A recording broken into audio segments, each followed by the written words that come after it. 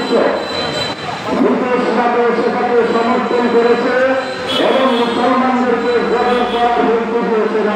বলেন, আমরা একটা কথা বলতে চাই, রংগিনী আজ নতুন কে নদীকে গালি দিচ্ছে, সন্ত্রাসী বলছে, এমন নয়। যুগে যুগে আমার নদীর বিরুদ্ধে গালিগালাজ করেছে, যখনই গালিগালাজ করেছে মুসলমানরা তুলে থেকে গেছে। স্বয়ং আল্লাহ পাক তার সঠিকভাবে তার সঙ্গে জবাব দিয়েছে। সূরা কালামের অনির্দিষ্ট মহিলা যখন রসুলকে গালি দিয়েছে, আল্লাহ রাব্বুল আলামিন ঘোষণা তার নিন্দনীয় বিশেষণ দিয়ে বলেছে, অনির্দিষ্ট মহিলা মিথ্য, সে ভূতাবাস, সে কাবারত, সর্বপরিচয়, সে পরিমাণের বিরুদ্ধকারী, সে ঘটনাকারী, সর্বশেষ বলেছে অনির্দিষ্ট মহিলা তার ভয়ের অবৈধ সন্তান।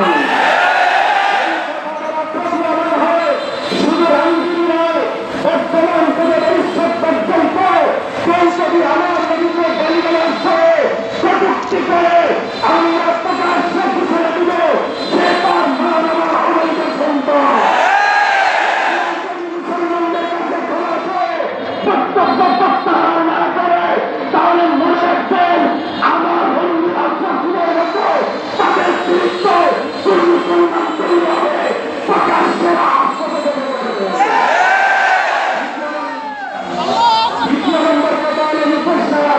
আপনি একজন সংসদ সদস্য, মানুষের ভোটে নির্বাচিত প্রতিনিধি।